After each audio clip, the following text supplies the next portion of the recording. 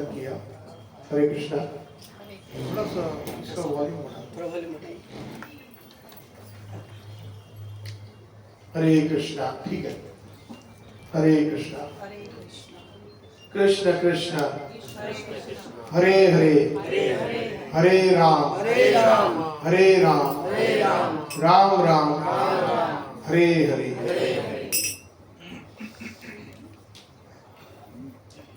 निताई गौरांग निताई गौरांग निताई गौरांग गौर हरि।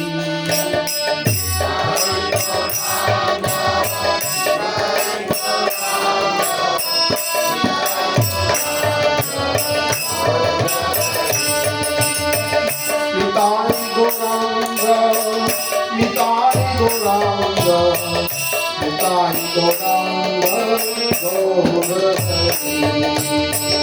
जय गौरांग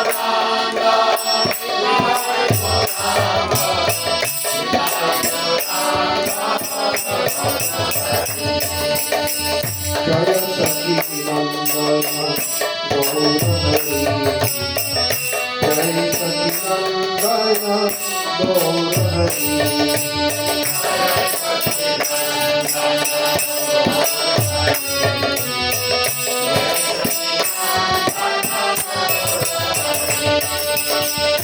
जय सच्चिदानंद गौर हरि।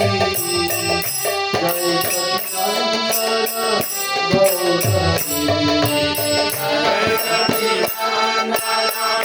सच्चिदानंद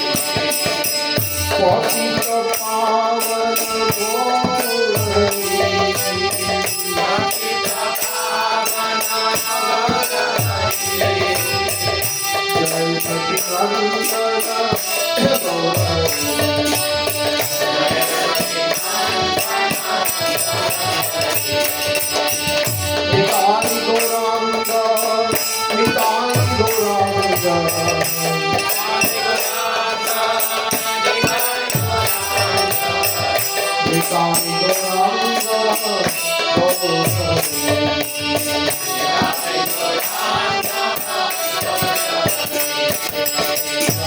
हरि।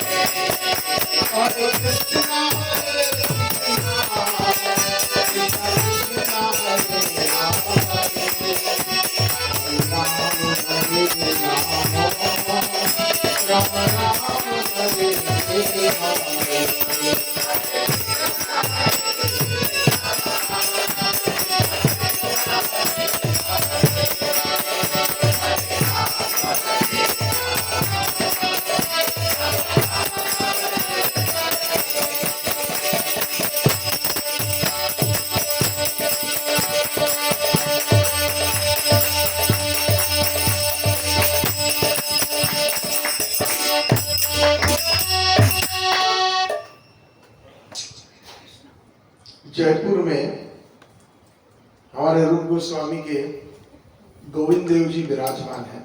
किन लोगों ने गोविंद देव जी के दर्शन किए हैं, हाथ ऊंचा कीजिएगा। अच्छा, तो हमारे मुख्य 7 मंदिर है जो गौड़ीय वैष्णव के वृंदावन में। तो मदन मोहन जी जो सनातन गोस्वामी को प्रकट हुए थे, फिर गोविंद देव जी जो रूप गोस्वामी पाद जी को, फिर गोपीनाथ जी मधु पंडित जी को, राधा रमन देव जो गोपाल भट्ट गोस्वामी को, राधा गोकुलानंद जी किसको प्रकट हुए थे,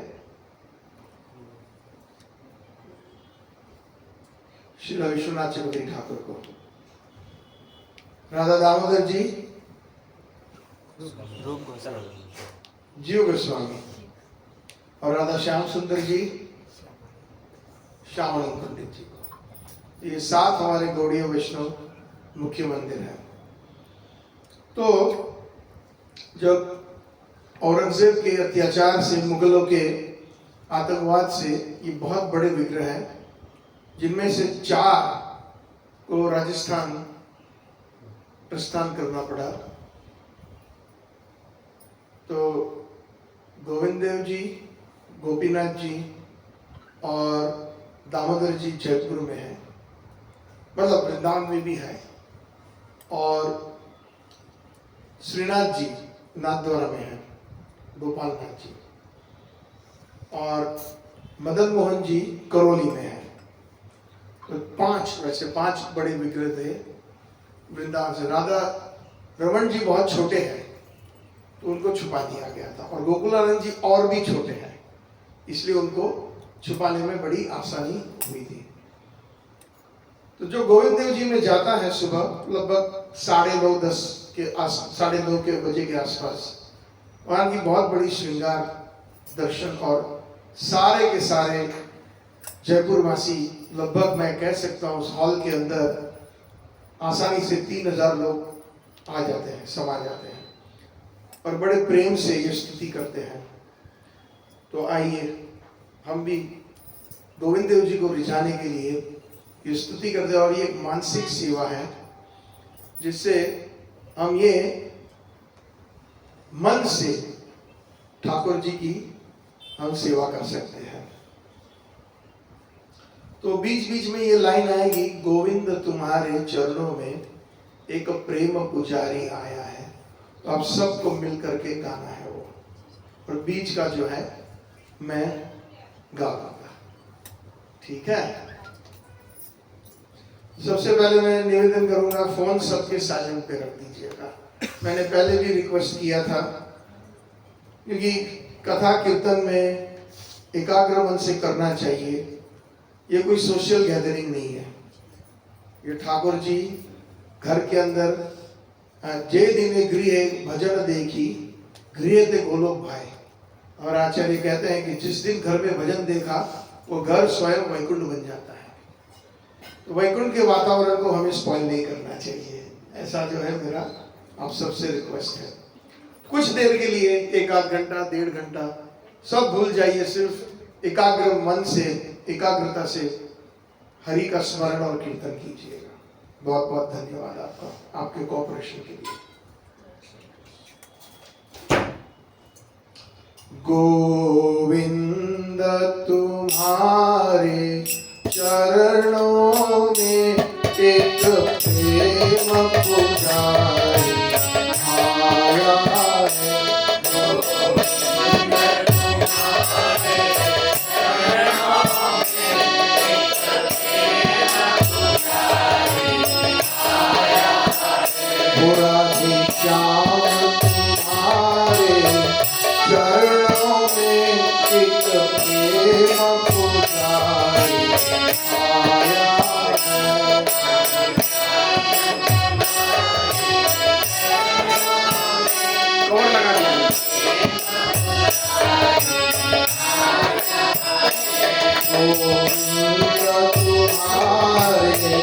चरणों में एक प्रेम पुजारी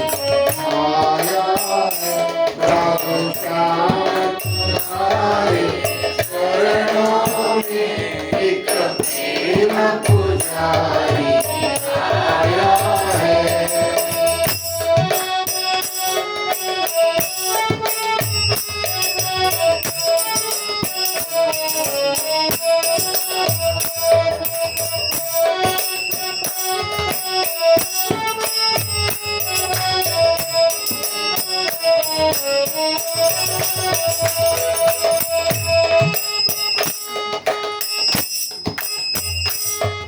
मेरे हाथ में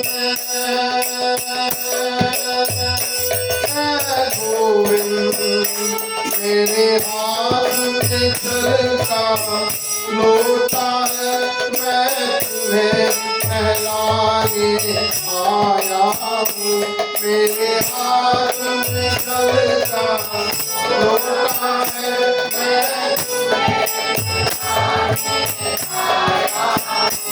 मेरे हाथ में गोविंद, मेरे हाथ में चलता लोटा है, मैं तुम्हें नहलाने आया हूँ। मेरे हाथ में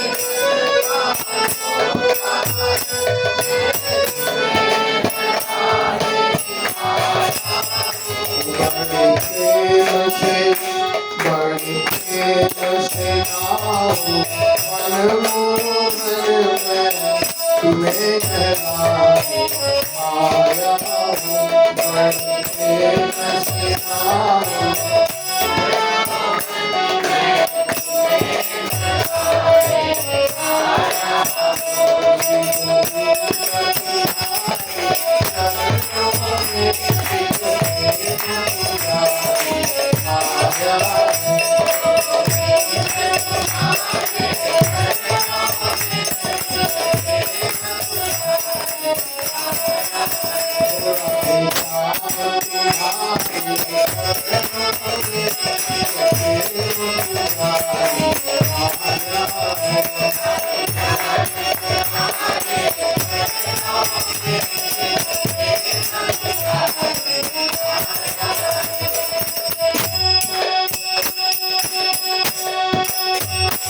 मेरे हाथ में गोविंद, मेरे हाथ में रेशम वस्त्र है, मैं तुम्हें पहनाने आया हूँ। मेरे हाथ में वस्त्र है,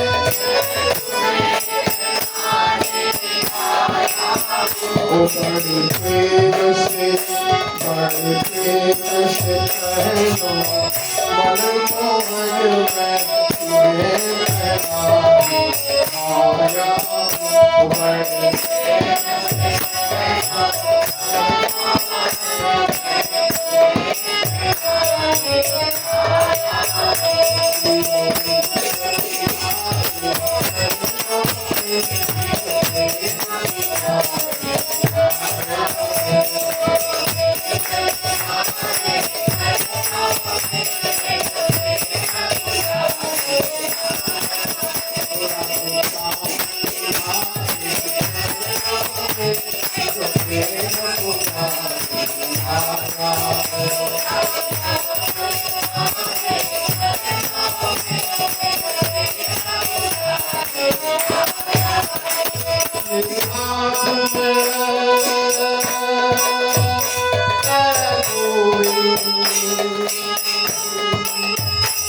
मेरे हाथ में केसर चंदन है, मैं तिलक लगाने आया हूँ।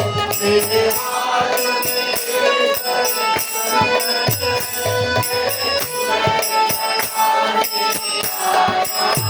ओ मेरे हाथ में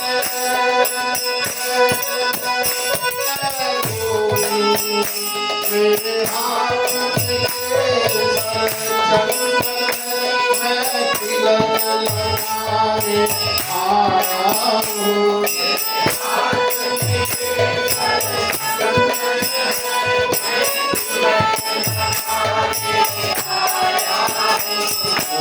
प्रेम से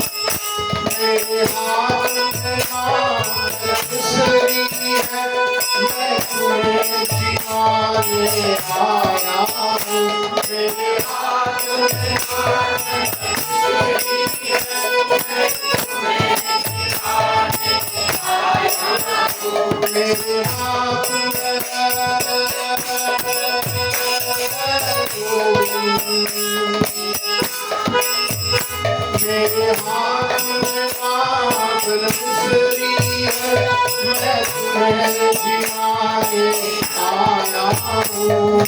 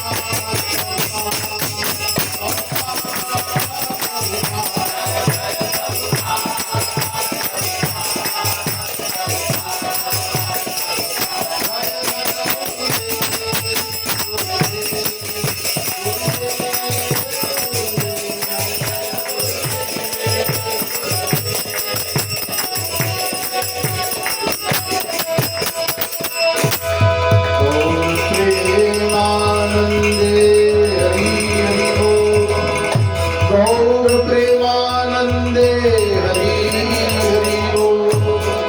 गौर प्रेमानंदे हरि हरि बोल। गौर प्रेमानंदे हरि हरि बोल।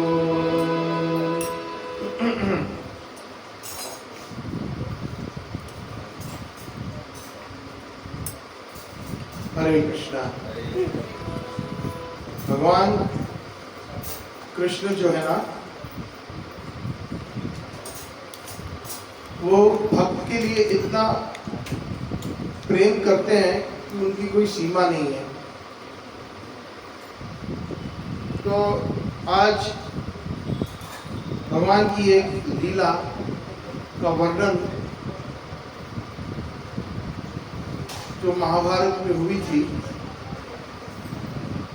वो मैं करना चाहूंगा, लेकिन उससे पहले एक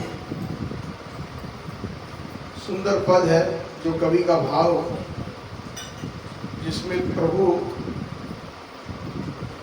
कैसे भक्त को प्रेम करते हैं। थोड़ा आगे आ जाओ, थोड़ा आगे आ जाइए आप लोग सब।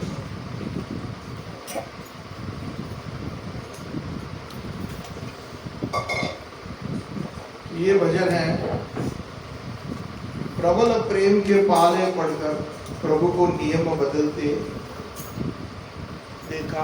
अपना मान टले टल जाए पर भक्त का मानना टलते देखा।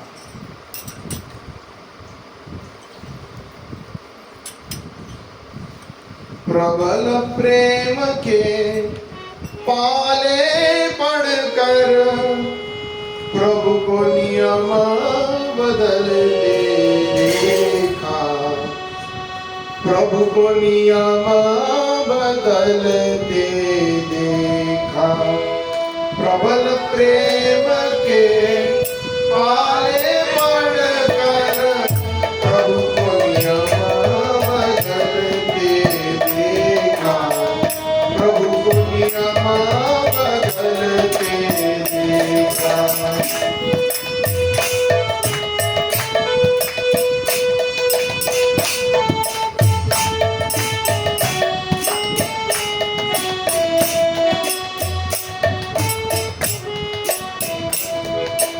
हरे कृष्णा कृष्ण कृष्णा हरे हरे, हरे राम राम राम हरे हरे। प्रबल प्रेम के पाले पड़कर प्रभु को नियम बदलते देखा। प्रभु को नियम बदलते देखा। अपना मान टले टल जाए, अपना मान टले टल जाए, भक्त का मान न टलते देखा। भक्त का मान न टलते देखा।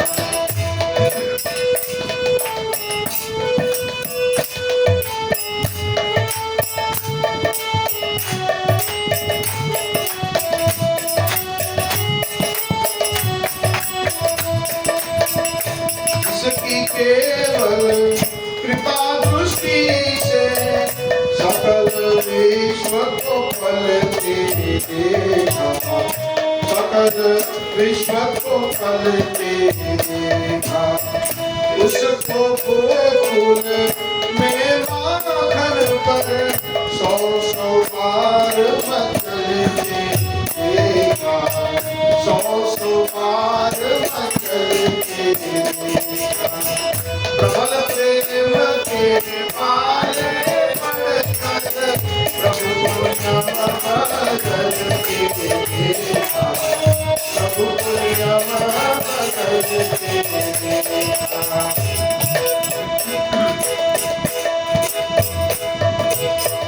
जिसके चरण कमल कमलाके, जिसके चरण कमल कमलाके, कर तल तेरा निकलते देखा। कमला यानी लक्ष्मी देवी, जिनके चरण कमल कमला के कर तल तेरा निकलते देखा। कर तल तेरा निकलते देखा।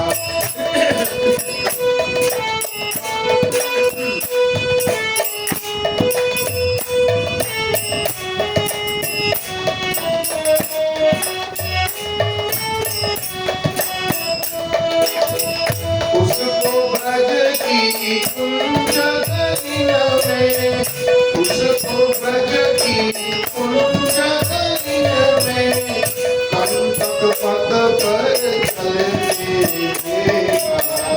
कंटक पथ पर चलते देखा।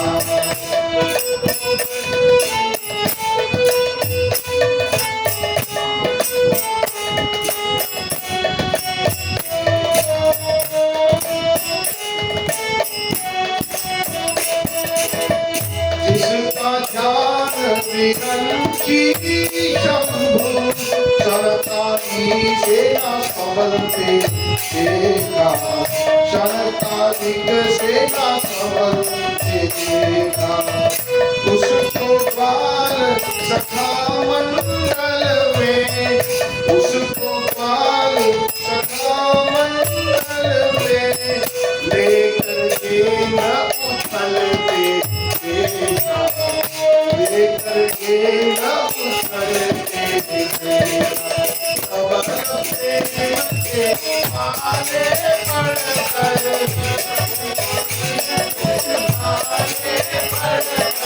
कमल प्रेम के पाले पड़कर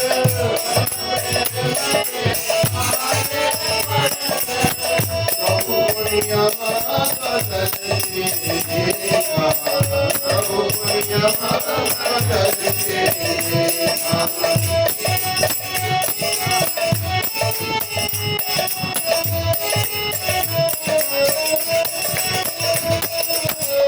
जिसकी बात प्रभु कोटि से डर से सागर का उछलते देखा।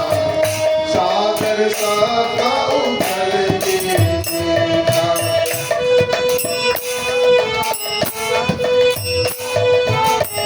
सागर का उछलते देखा।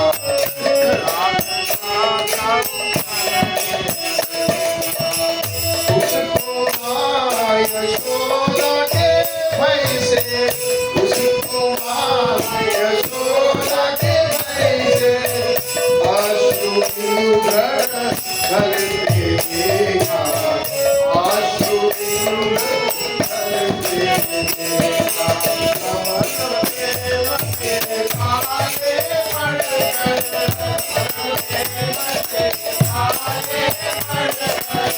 प्रभु पुनिया बदलते देखा।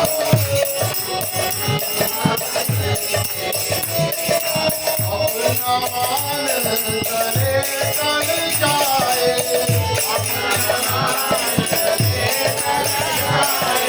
भक्त का मान न सकते देखा।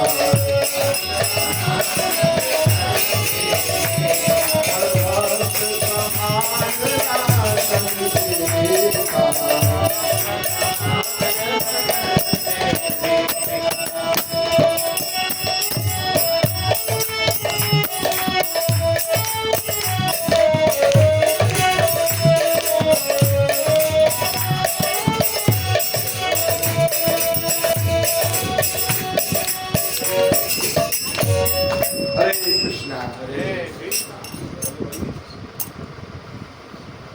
भक्तों के लिए थोड़ी जगह बना दीजिए, थोड़ा थोड़ा आगे आ जाइए।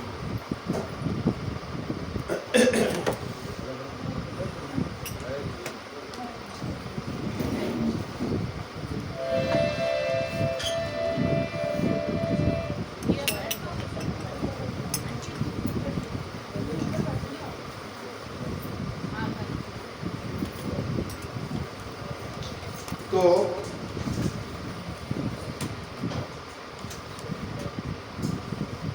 भगवान श्री राम मर्यादा पुरुषोत्तम है और कृष्ण भगवान वो पूर्ण पुरुषोत्तम है। भगवान कृष्ण से सारे अवतार अवतरित होते हैं, ये शास्त्रों का प्रमाण है। ईश्वर परम कृष्ण सच्चित आनंद विग्रह अनादिरादि गोविंद सर्व कारण कारण, सब कारण के कारण श्री कृष्ण है। मैं दोबारा निवेदन करूंगा और अन्य बातें ना करें, वरना कथा यहीं पे मैं समाप्त कर दूंगा।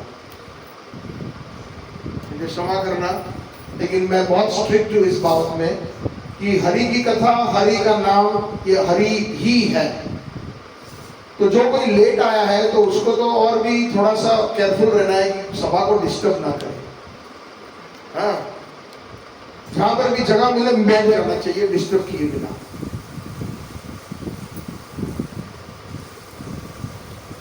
एडजस्ट सबको करना चाहिए, लेकिन एडजस्ट ऐसा भी नहीं होना चाहिए कि जो सभा को डिस्टर्ब कर दे।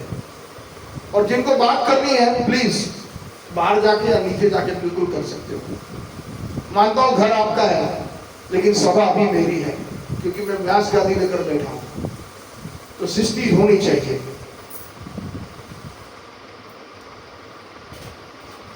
और आप भी कभी दूसरी बार डिस्टर्ब मत करना किसी को भी। व्यक्ता जो या जो लय चल रही है ना, उसमें टूट जाती है। आपने करना चाहा अच्छा, लेकिन उसमें मैं डिस्टर्ब हो गया, मेरा भजन का जो लय था ना वो टूट गया, माइक हिल गया, कपड़ा हिल गया, ये सब जरूरी नहीं है। जो घर वाले हैं वो देख लेंगे, ठीक है प्रभु।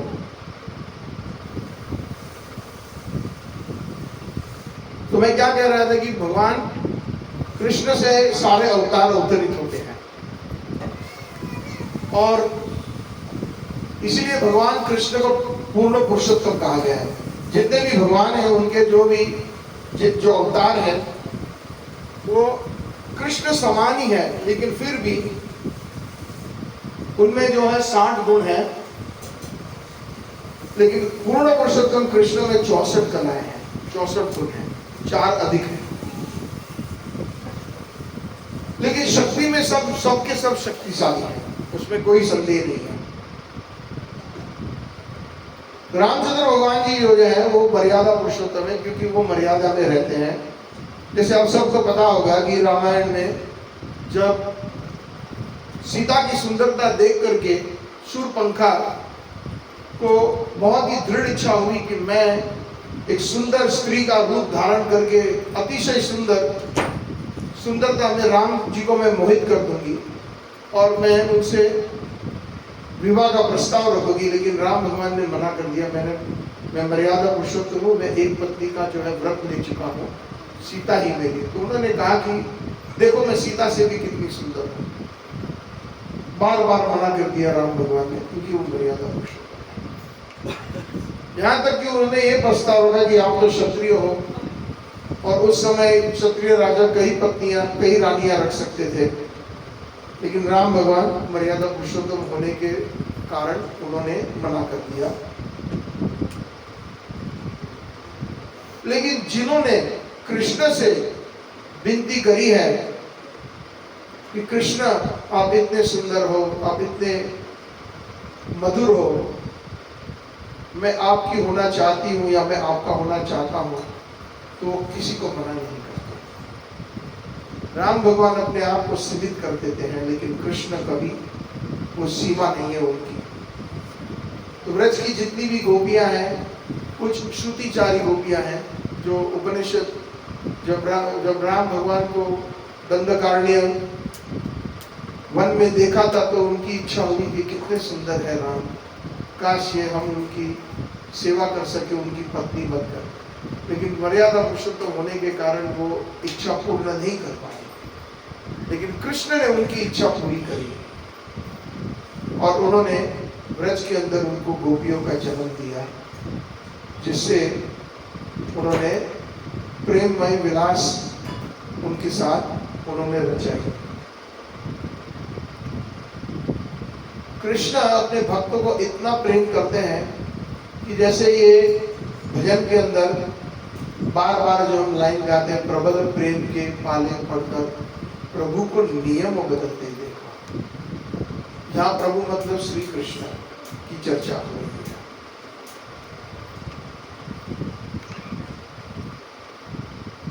मर्यादा पुरुषोत्तम राम वो नियम नहीं बदलते। रघुकुल नीति सदा चली आए, प्राण जाए पर वचन ना जाए। लेकिन कृष्ण कई बार अपने वचन तोड़ देते हैं। प्रबल प्रेम के पाले पड़कर प्रभु को नियम बदलते देखा, अपना मान टले टल जाए और भक्त का मान ना करते देखा।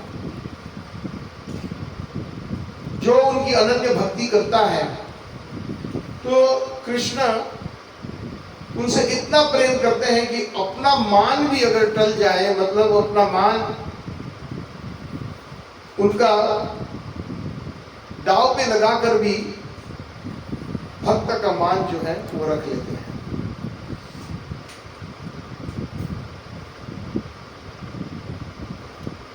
ये बहुत गहरी बात है, साधारण नहीं है।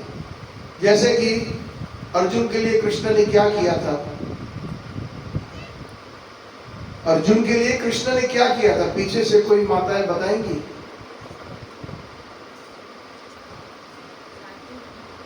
हाँ जी, सारथी बने थे। बहुत अच्छा सारथी। तो अगर आपको कोई कहे कि आप मेरे ड्राइवर बन जाओ, थोड़ा हमें पकान लगेगा, मैं क्यों ड्राइवर बनूं? अंदर बनने से ये बात आएगी। लेकिन भगवान ड्राइवर बन गए उनके। सुदामा जी के उन्होंने पैर धोए। युधिष्ठिर महाराज के राजसूय यज्ञ में वो झूठे पत्थर उठाए, है ना। और एक भजन है ना, सबसे ऊंची प्रेम सगाई। दुर्योधन को भोग न पायो, विदुर घर रूखो साग पायो। दुर्योधन राजसूय यज्ञ कीनो, झूठी पत्तल उठाई। आपने अपना आप भगवान हो वैसे करके उन्होंने आप प्रदर्शन नहीं किया। वहां पर एक दास बन करके उन्होंने सेवा करी अपने भक्त युधिष्ठिर के लिए।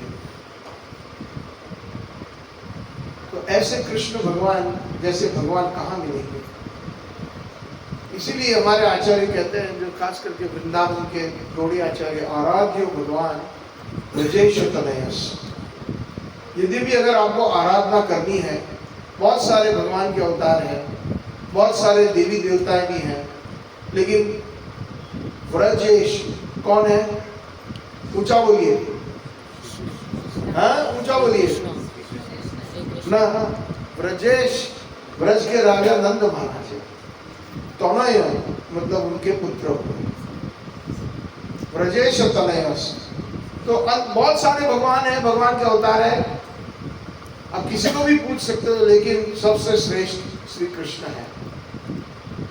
ये अभिप्राय है जो बहुत उच्च कोटि के साधु संत वैष्णव है, उनका ही अभिप्राय। आराध्य, अगर आराधना करनी है तो भगवान जो व्रज में है, नंद बाबा के पुत्र है, यशोदा माई के बेटे हैं, उनकी आराधना कीजिए। और धाम भी बहुत कई प्रकार के हैं। काशी चले जाओ, बद्रीनाथ चले जाओ, केदारनाथ चले जाओ, रामेश्वर चले जाओ। तो लेकिन उनका ये अभिप्राय है कि तत् धाम वृंदावन। यद्यपि अगर धाम की किसी उपासना करनी है या किसी धाम में जाना है, भजन करना है, तो श्री वृंदावन। और यद्यपि अगर आपको भक्ति सीखनी है सर्वश्रेष्ठ उच्च कोटि की, तो व्रज की गोपियों से रम्या काचित उपासना व्रज वधु वर्गे न तया करते। गोपियों के समान जो भक्ति है, और कोई भी अन्य कोई भी भक्त हो इस सृष्टि के अंदर, जो व्रज की भक्ति है उसकी कोई तुलना नहीं है। और खास करके व्रज गोपियों की जो भक्ति है। और यदि भी अगर आपको कोई ग्रंथ पढ़ना है, कई बहुत सारे ग्रंथ हैं, शास्त्रों इतने सारे अनगिनत हैं, तो कहते हैं कि श्रीमद् भागवत पुराण अमल, वो ऐसा पुराण है जिसमें अमल, मल मतलब दाग, और अमल मतलब बिल्कुल दाग नहीं है। वेदों में बहुत सारे शास्त्र, उसमें से थोड़ा सा दाग है। किस बारे में दाग है? तो दाग उसको कहा जाता है जहां पर धर्म, अर्थ, काम और मोक्ष की चर्चा होती है, वहां पर वो दाग वाला कहते हैं शास्त्र। क्योंकि उसमें विद्यमान कौन है? मैं धर्म करूंगा जिससे मुझे अर्थ मिलेगा। विद्यमान कौन है? मैं। मुझे अर्थ मिलेगा, अर्थ मतलब धन। तो मेरी जो भी कामना है वो पूर्ण होगी। जैसे ही मान लीजिए कोई साधारण नौकरी कर रहा है, महीने के 10,000 रुपया बना रहा है, तो उसकी कामनाएं उस हिसाब से थोड़ी होती है, उसकी सीमा उतनी होती है सोच की भी। लेकिन मान लो 10 के अगर उसके 40,000 रुपये बन गई उसकी आयु, मतलब आयु नहीं सॉरी आमदनी, तो वो फिर ज्यादा चीजें खरीदने लगेगा, ज्यादा उसकी इच्छा बढ़ेगी। और उसकी अगर 4 लाख हो गई महीने की, तो आप सोच सकते हैं कि उसकी जो आकांक्षाएं और कामनाएं कहाँ कहाँ पहुंचेगी। और 4 करोड़ हो गई तो आप सोच सकते हो कि एक घर से संतुष्ट नहीं होगा, 10 घर ले लेगा विदेश में, अलग अलग जगह पर। तो धर्म से आता है अर्थ, धर्म करने से अर्थ, अर्थ से कामनाएं पूर्ण होती है, भौतिक कामनाएं। और जब थक जाते हैं भौतिक कामना, सब कुछ मिलने पर भी, जैसे कि कई लोगों के पास इतना पैसा है कि कहां उसको खर्चा करे उनको भी आइडिया नहीं है। और इतनी पीढ़ी उस पैसे से बिना कुछ किए अपना घर चला सकती है बड़े कंफर्टेबली, लेकिन फिर भी अंदर से जो आत्मा है वो तृप्त नहीं है। अगर ऐसा होता तो बड़े बड़े जो है अरबपति खरबपति आत्महत्या क्यों करते? सुना है ना, दुखी क्यों होते? एक हमारे हॉलीवुड में एक एक्टर था, आपको शायद मालूम हो या ना हो, रॉबिन विलियम्स करके। वो एक कॉमेडियन था और बहुत ही प्रसिद्ध था, सबको हंसाता है। उसकी कॉमेडी इतनी अच्छी थी और बहुत पैसे बनाए उसने। हॉलीवुड और अलग अलग विश्व में अलग अलग जगह पर उसके घर थे, बड़े बड़े बंगलों थे, अच्छी अच्छी गाड़ियां थी। और पता है कैसे मरा वो?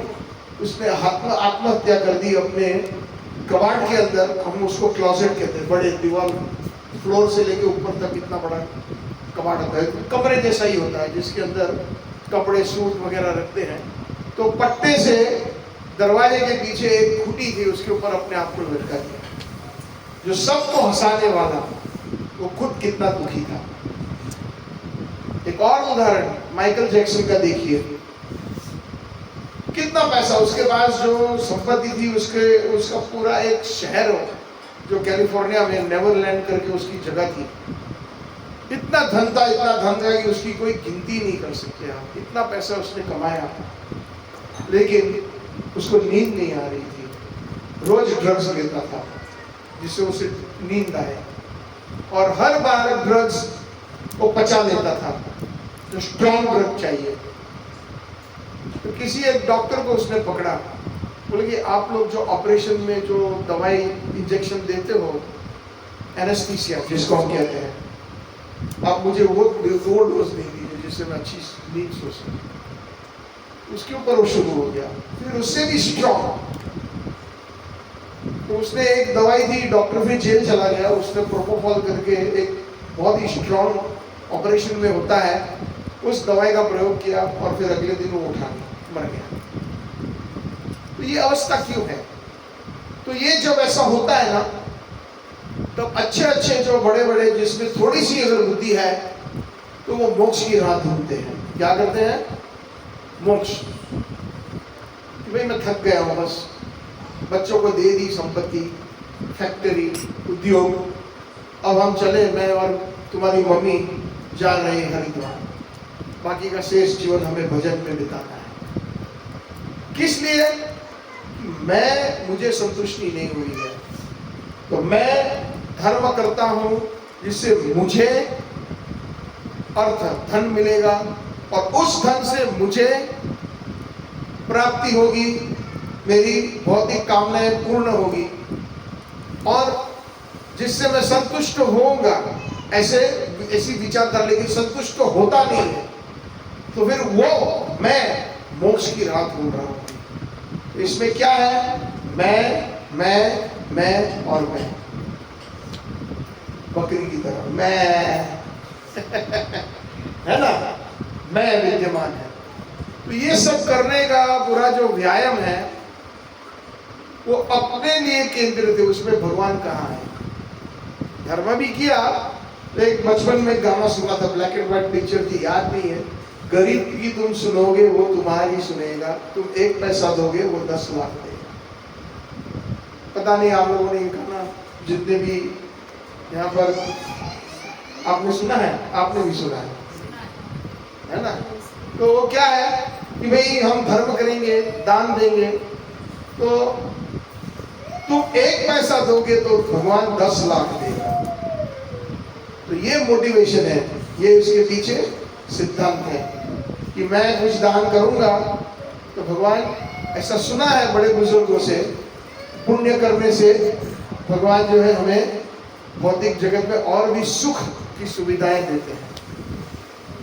कई जो है बड़े बड़े उद्योगपति भी मुंडन करा के तिरुपति बालाजी जाते हैं, घंटों तक लाइन में खड़े रहते हैं।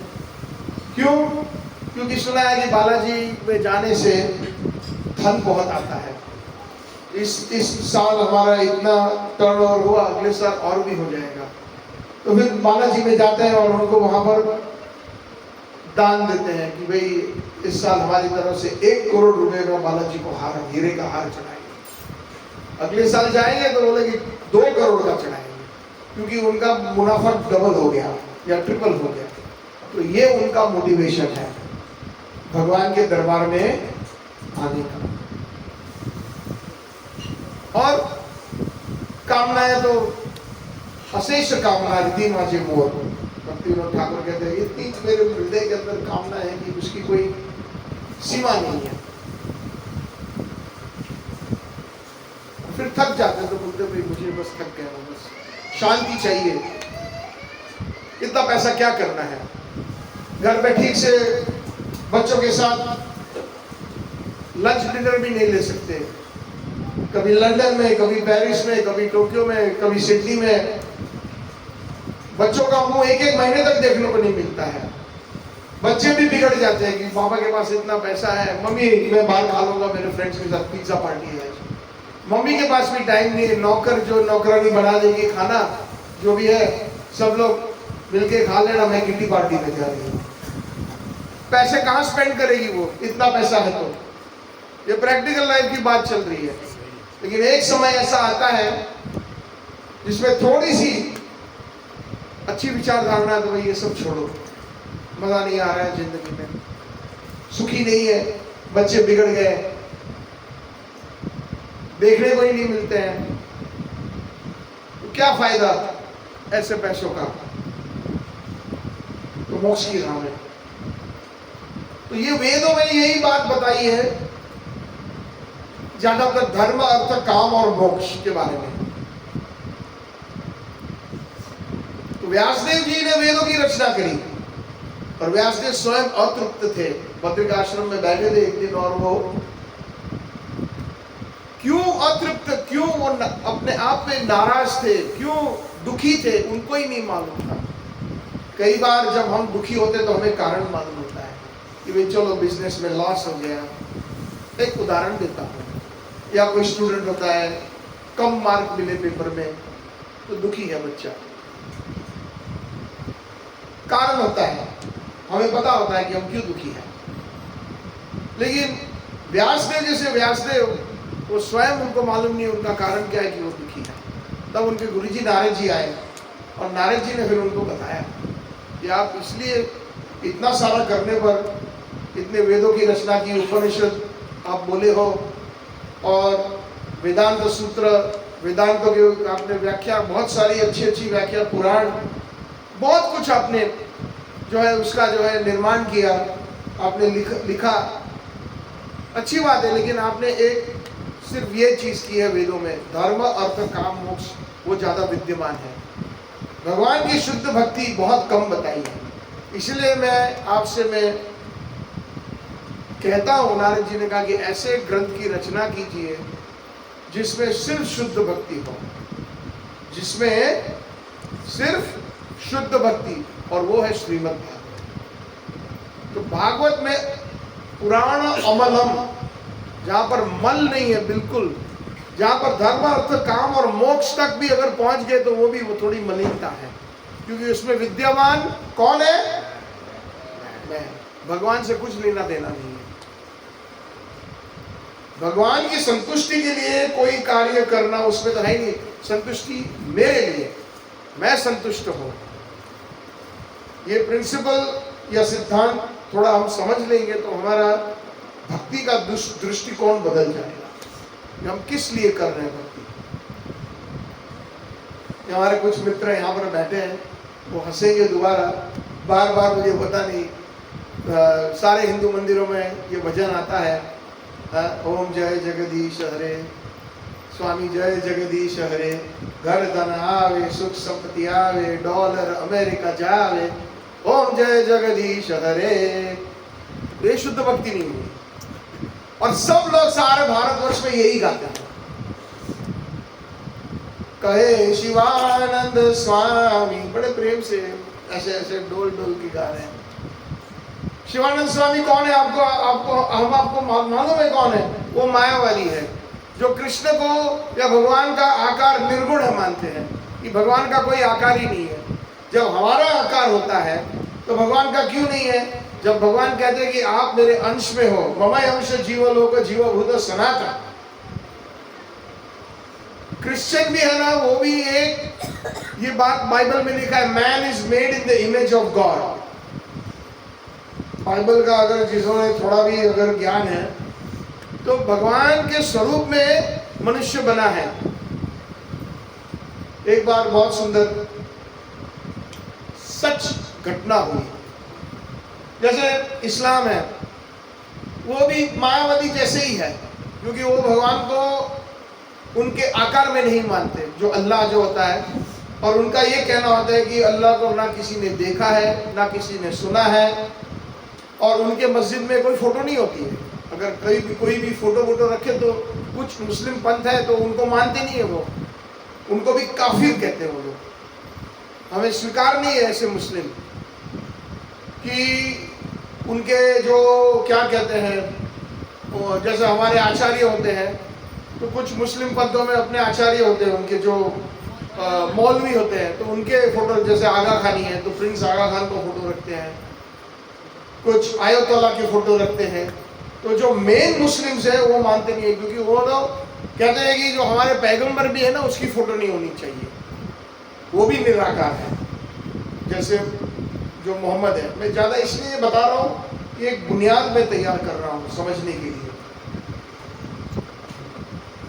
तो एक बार हमारे एक बहुत ही वरिष्ठ सन्यासी इस्कॉन के श्रीपाद राधा गोविंद जी महाराज जी भारत से निकले और वो अमेरिका की तरफ आ रहे थे। तो बीच में उनका कुवैत में प्लेन चेंज करना था, उनको ट्रांजिट में थे, और उस दिन उनका जो है ना प्लेन बहुत लेट हो गया था। कभी कभी हो जाता है ना, घंटों तक लेट हो जाता है। तो 8 घंटे लेट हो गया उनकी फ्लाइट आगे अमेरिका जाने वाली, और उस दिन एकादशी थी। और महाराज जी बैठ करके एक जगह सतत हरि का नाम जप कर रहे थे, हरे कृष्णा कृष्णा कृष्णा हरे हरे, हरे राम राम राम हरे। प्रेम से हरे कृष्णा कृष्णा कृष्णा हरे हरे, हरे राम राम राम हरे हरे। भगवत नाम लेने में हम लोग क्यों संकोच कर रहे हैं? जब बॉलीवुड के गाने बजते हैं ना, तो बाथरूम से आवाज आती है बराबर की। ये हमारी अवस्था है भारत की, दुख की बात है।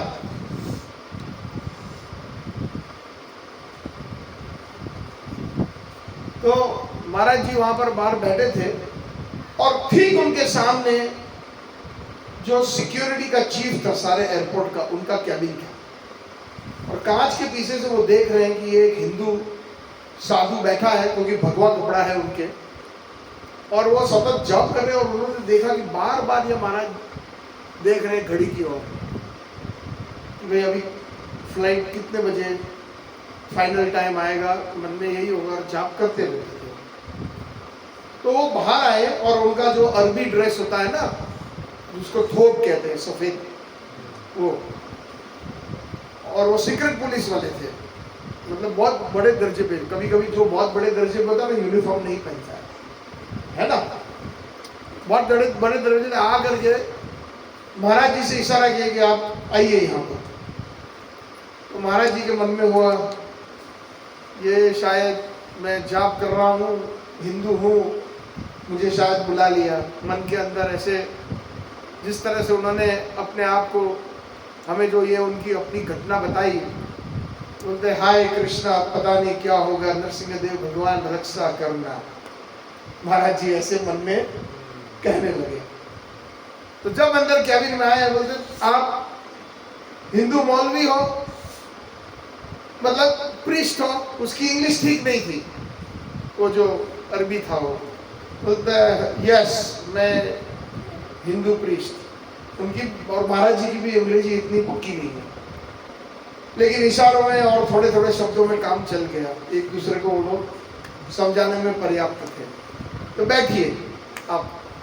तो महाराज जी ने सोचा, हाय नरसिंह देव, अब क्या आफत आ गई। उनके शब्दों में मुझे याद आ रहा है जैसे उन्होंने ये घटना बताई, कहीं कुछ गलती तो नहीं होगी, सामान तो सब चेक कर लिया था, अब अभी क्या बाकी रह गया चेक करने में। तो ऐसे मन में ऐसे ऐसे विचार महाराज जी को आ रहे थे। सतत भगवान का और भी स्मरण तेज हो गया उनका। और फिर उन्होंने, उतने में वो ऐलान आ गया, जो जैसे मस्जिद में जो ऐलान बजता है ना, नमाज का समय हो जाता है, तो वहाँ पर एयरपोर्ट पे भी बजता है, जितने भी इस्लामिक कंट्रीज हैं, और वहाँ पर सुविधाएं भी होती हैं। तो उन्होंने क्या किया, उतना बहुत बड़ा आलीशान ऑफिस था, अपने जो है ड्रॉवर से उन्होंने एक चटाई निकाली और महाराज को कहा, महाराज प्लीज वेट 10 मिनट्स। और उन्होंने चटाई निकाल करके अपनी नमाज पढ़ना शुरू कर दी। और जब नमाज पढ़ने शुरू कर दिया, फिर नमाज जैसी खत्म हो गई, चटाई को फोल्ड करके दोबारा अपने ड्रॉअर में रख दी और अपनी कुर्सी पे बैठे हैं। और महाराज जी अपना जॉब कर रहे हैं और सोच रहे मैं कब इसकी ऑफिस में से निकलूं। क्योंकि अभी तक रहस्य था कि क्या हो रहा है, उसके मन में क्या बात चल रही है, ये अरबी के मन में। तो वो अरबी उसको महाराज को पूछ रहे हैं कि भाई आप लोग हिंदू है तो आपके भगवान है, मैं हम लोग देखते हैं पिक्चर वगैरह, तो उसके आकार है, जैसे कृष्ण जी का आकार है, शिव जी का आकार है, इतनी देवी देवताओं का आकार है, तो हमारे इस्लाम में ऐसा नहीं है। तो ये आप समझा सकते हो कि क्यों ऐसा है। उनकी कोई जिज्ञासा होगी और उन्होंने ये देखा ये भगवा कपड़े में संत है, तो उन्हीं से पूछना ठीक रहेगा। बाकी हिंदू तो बहुत सारे उनके देश में रहने वाले। तो महाराज जी ने क्या कहा, इस गौर से सुनिएगा। महाराज जी ने कहा कि आप 10 मिनट पहले, 5 मिनट पहले आप क्या कर रहे थे। तो मैं नमाज कर रहा था, आई वॉज प्रेइंग, मैं प्रेयर कर रहा था। तो महाराज जी ने कहा कि आप जो प्रार्थना कर रहे थे, प्रेयर कर रहे थे, तो अल्लाह आपकी सुनता है। तो वो थोड़ा चिढ़ गया, बोलता हाँ सुनता है, क्यों नहीं सुनता है। तो महाराज जी ने कहा कैसे सुनता है, तो और भी चिढ़ गया, आप कैसे सुनते हो। तो महाराज बोले हाय हाय नरसिंह देव बचा लेना, अब तो कुछ आफत बड़ी आने वाली है। इतना चिढ़ गया वो। तो महाराज ने कहा कि मैं अपने कानों से सुनता हूँ। तो उन्होंने कहा अल्लाह भी कान से सुनते हैं, उन्होंने ये कह दिया। तो महाराज ने कहा अगर अल्लाह के कान हैं तो अल्लाह का नाक होगा। बोलता है हाँ। अल्लाह की आंखें होगी, तो बोलता है हाँ। तो अल्लाह के कान है, नाक है, आंखें, तो अल्लाह का शरीर भी होगा। हाँ, तो कैसे कह सकते हैं कि अल्लाह निर्गुण है? देखिए कितना लॉजिकली उन्होंने, वो सोचते सर खुजाते रह गया। और वैसे देखा गया तो वो हार गया महाराज के सामने। और हारने वाली पार्टी जो है ना, खुश नहीं होती अक्सर, और खास करके कोई विरोधी पक्ष का रहा या विरोधी धर्म का रहा, तो वो तो जैसे वो मुगल वाले तो डाल दो उसको कारागृह में, छीन लो उसका पासपोर्ट। ऐसा नहीं हुआ। वो इतने प्रभावित हुए महाराज जी से, बोलते तुम इतने बड़े मौलवी हो, हिंदू के मतलब प्रीस्ट हो, और तुम्हारे पास घड़ी नहीं है। क्योंकि उनके जो मौलवी होते हैं ना, बड़े बड़े जो है अयाश, उनके कपड़े बढ़िया होते हैं, उनके पास राणों की घड़ी होती है, महंगी वाली घड़ी होती है, और इनके पास बेचारे के हाथ में कुछ नहीं था। तो गए, अब आपकी फ्लाइट अभी भी मैं देख रहा हूँ मेरे कंप्यूटर पे, अभी और आधा घंटा है, कोई चिंता मत करो। और गए वो वहां पर, आप यहीं बैठिए। तो महाराज को दोबारा संदेह, हे नरसिंह देव, पता नहीं क्या करने जा रहे हैं अभी। तो अपने ऑफिस निकले और वो ड्यूटी फ्री शॉप में गए और महाराज जी के लिए उन्होंने घड़ी खरीदी और उनको गिफ्ट की। देखिए, तो ये जो है ना, जो कोई ऐसा कहता है कि भगवान, ऐसे हमारे भारत में भी ऐसे है कि भगवान निराकार है, निर्गुण है, इत्यादि जो फिलोसॉफी या तत्वों को फैला रहे हैं ना, वो भगवान के अपराधी हैं। कैसे, एक उदाहरण दूंगा तो थोड़ा आसान हो जाएगा। मान लीजिए कि आपके घर में ये पेंटिंग है, या जो ये पेंटिंग है आपके दीवार के ऊपर, ये किसी ने बनाई है कि नहीं बनाई है? तो लोग जो है, जो मायावादी है, जो निर्गुणवादी है, वो लोग शक्ति में मानते, लेकिन शक्तिमान है उसमें नहीं मानते। तो मान लीजिए कि आप में से किसी एक पेंटर हो इस पेंटिंग के, और कई बार हम लोग एग्जीबिशन में जाते हैं ना, विदेश में खास करके हमने देखा है कि बड़े बड़े एग्जीबिशन लगते हैं, और उसमें बहुत महंगे महंगे पेंटिंग होते हैं। 2 million, 5 million dollar, 10 million dollar, 20 million dollar, इतनी महंगी महंगी पेंटिंग होती है। कुछ प्राचीन समय की होती है तो उसकी वैल्यू होती है, उसकी नीलाम भी होते हैं, और अच्छे खासे पैसे आते हैं। तो मान लीजिए कि वो पेंटर ने पेंटिंग, उसकी एग्जीबिशन हॉल में उसका डिस्प्ले हो रहा है वहाँ पर, और मान लीजिए स्वयं पेंटर अगर वहाँ पर बैठा है, और आप वहाँ गए हैं, और पेंटर की तरफ ध्यान भी नहीं है, और सिर्फ हम पेंटिंग को देख रहे हैं। वाह क्या पेंटिंग है, अरे देखो तो सही, बिल्कुल अद्भुत। लेकिन जिसने बनाई है उसकी तरफ हम देखते भी नहीं और ना हमको ध्यान देते हैं, तो ये कैसा लगेगा? बनाने वाला वहीं बैठा है, और उसकी जो एनर्जी है, जो कला है, उसकी हम प्रशंसा करते हैं, लेकिन बनाने वाले हैं उसकी प्रशंसा ना करें, तो अपराध हुआ नहीं हुआ? तो ऐसा ही है, जो भगवान को निराकार मानता है, महाप्रभु कहते हैं कि वो मायावाद कृष्ण अपराधी, वो अपराधी है। यदि भी अगर हमारे सब चीज का इस भौतिक जगत में और चिन्मयी जगत में सब चीज का आकार है, तो भगवान का क्यों नहीं है? लेकिन हमारे पास योग्यता नहीं है, और जो जिसके पास योग्यता नहीं है तो बोलता है निराकार है। तो बोलते हैं ना अंगूर खट्टे हैं, पता है ना वो मुहावरा, नहीं मिला तो बोले अंगूर खट्टे हैं, नहीं चाहिए हमको, है नहीं चाहिए। तो ऐसी बात हो जाती है।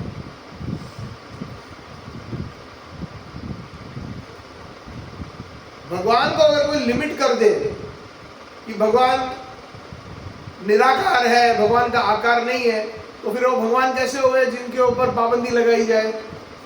तो फिर वो भगवान का डेफिनेशन नहीं है। अगर हम उनके ऊपर कोई पाबंदी या लिमिटेशन लगा दें, तो फिर भगवान कैसे हुए? है ना, सोचने वाली बात है। तो कृष्ण जो है पूर्ण पुरुषोत्तम है, और उन्हीं में से सब कुछ।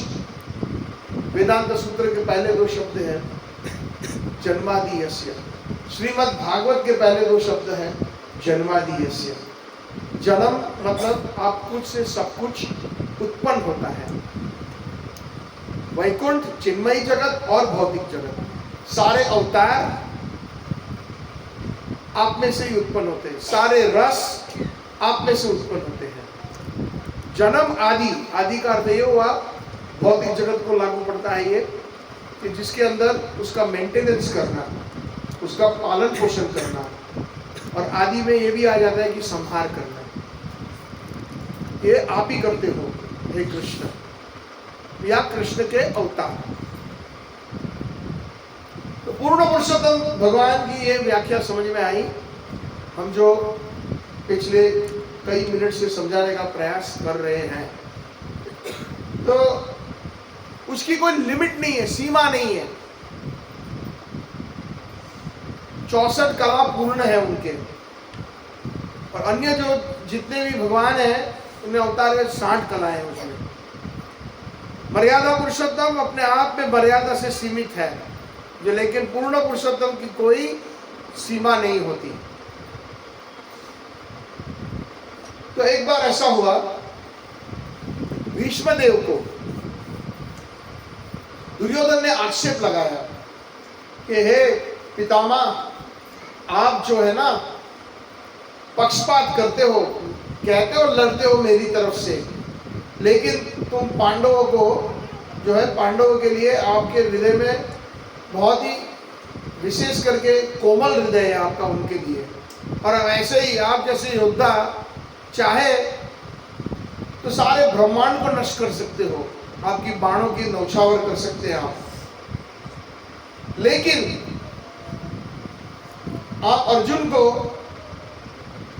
युद्ध के कई दिन हो गए थे, शायद बीच में ही था ऐसा, याद नहीं, 8वां दिन, धन्यवाद, 8वें दिन पर तो कहा कि भाई ये ठीक नहीं है, जिसकी थाली में खाते हो उसी में छेद करते हो, ऐसे करके उनको ऐसे ऐसे कड़वे वचन सुनाए दुर्योधन ने कि भीष्मदेव को बहुत अंदर से इतनी हानि हुई, तो उन्होंने प्रतिज्ञा कर दी, कल सूर्यास्त से पहले या तो अर्जुन रहेगा या तो मैं रहूंगा। ऐसे करके उन्होंने प्रतिज्ञा कर दी, और प्रतिज्ञा भीष्मदेव के मुख से निकलना मतलब जैसे कि उन्होंने शुरू में जब उनके पिताश्री शंतनु महाराज जो वन में गए तो उसने एक मत्स्यगंधा सत्यवती देवी को देखा, उनसे आकर्षित हुए, और आकर्षित हुए तो उन्होंने अपने उनके पिताजी से हाथ मांगा, लेकिन पिताजी ने कोई कंडीशन रखी, ऐसा नहीं हो सकता। उन्होंने कह दिया, क्यों, क्या? बोलते नहीं, आपकी तो संतान भी है, बड़ा है, देवव्रत करके, वो हस्तिनापुर की गादी पे बैठेगा, मैं शादी अभिवाह तब करवाऊंगा सत्यवती से जब आप ये मुझे प्रतिज्ञा लो कि जो है आप जो है सत्यवती की जो संतान और आपकी जो संतान होगी भविष्य में, वही हस्तिनापुर की गादी पे बैठेगा राज सिंहासन के ऊपर। तो बड़े मायूस हो गए, कर नहीं पाए, वो घर लौटते थे बड़ी मायूस अवस्था में, फिर दोबारा जाते थे सत्यवती को देखने के लिए, इतना मतलब आकर्षित हुए थे, और फिर मायूस लौटते थे। तो उसका बेटा देवव्रत था, जो गंगा पुत्र भी कहते हैं, गंगा जी से उसको वो पैदा हुआ था। तो वो जो है उन्होंने कहा, अपने आप को सोचा देवव्रत ने कि मेरे पिताजी रोज जाते हैं और जब भी आते हैं बहुत ही मायूस होकर के आते हैं, कहाँ जाते हैं रोज।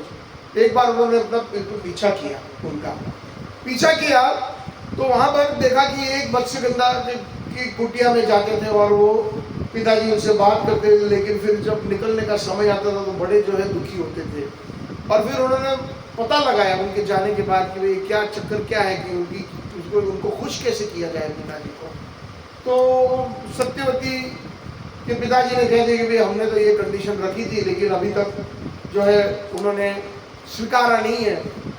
देवव्रत ने कहा कि इसमें कौन सी बड़ी बात है, मैं उनका बड़ा बेटा हूँ, मैं प्रतिज्ञा करता हूँ कि जो है मैं इस हस्तिनापुर के राज सिंहासन पे नहीं बैठूंगा, मेरे पिताजी और सत्यवती माँ का जो बेटा होगा वही बैठेगा।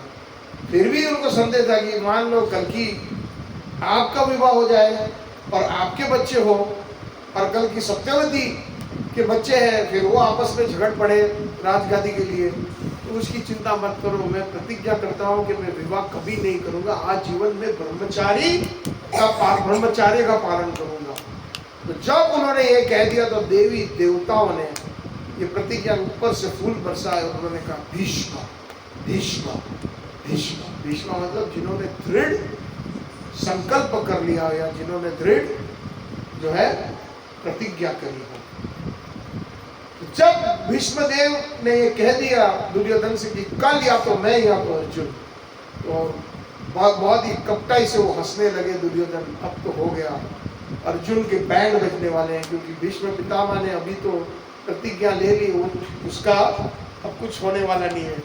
और अर्जुन अगर मर गया तो बाकी सब 4 के 4 पांडव उसके विरह में वो जो है बिल्कुल टूट पड़ेंगे। मतलब उनका जो हौसला जो है, उनका मोटिवेशन जो भी होगा वो बहुत कमजोर हो जाएंगे और उनको हराना बहुत आसान हो जाएगा। अब ये जब प्रतिज्ञा हुई तो कृष्ण को तो पता है, क्योंकि वो अंतर्यामी है, सबके हृदय में बैठे हैं। और जब ये कह दिया तो कृष्ण को कुछ करना था, तो उन्होंने क्या किया, उन्होंने हर सुबह 3, 3:30, 4 बजे के आसपास भोर में भीष्मदेव रोज जो है ध्यान में बैठते थे, रोज ध्यान में बैठते थे अपनी कुटीर में। और उस समय जो है कृष्ण ने कहा कि द्रौपदी आप जो है ना उनके शिविर में चली जाना सुबह सुबह और अपने पायल मत बनाइए, क्योंकि पायल की आवाज से भीष्मदेव पहचान जाएंगे, आंखें बंद होगी कि कौन आया है। बिना पायल पहने जाना और आप सिर्फ उनको प्रणाम करना और कुछ बोलना भी नहीं कुछ। और वो गई, लेकिन भीष्मदेव को पता चला गया कि कोई स्त्री आई है और उनके मुख से निकल गया अखंड सौभाग्य, ये वरदान निकला है। तो अब ये देखिए भीष्मदेव के मुख से निकला है तो गलत कैसे हो सकता है। कि कृष्ण ने देखो प्रबल प्रेम के पाले पड़कर प्रभु को नियम बदलते ही देखा, उन्होंने नियम बदल दिया।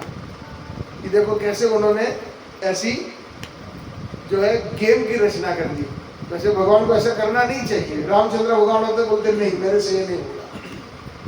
ये जो है ना, हम तो बड़े सरल स्वभाव के हैं, रघुकुल नीति सदा चली आए, प्राण जाए पर वचन ना जाए। तो द्रौपदी ने एग्जैक्टली ऐसे किया।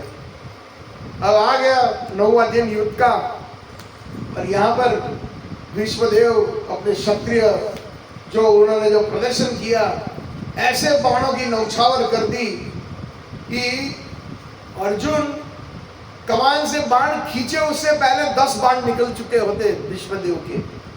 इतने प्रबल योद्धा थे भीष्मदेव।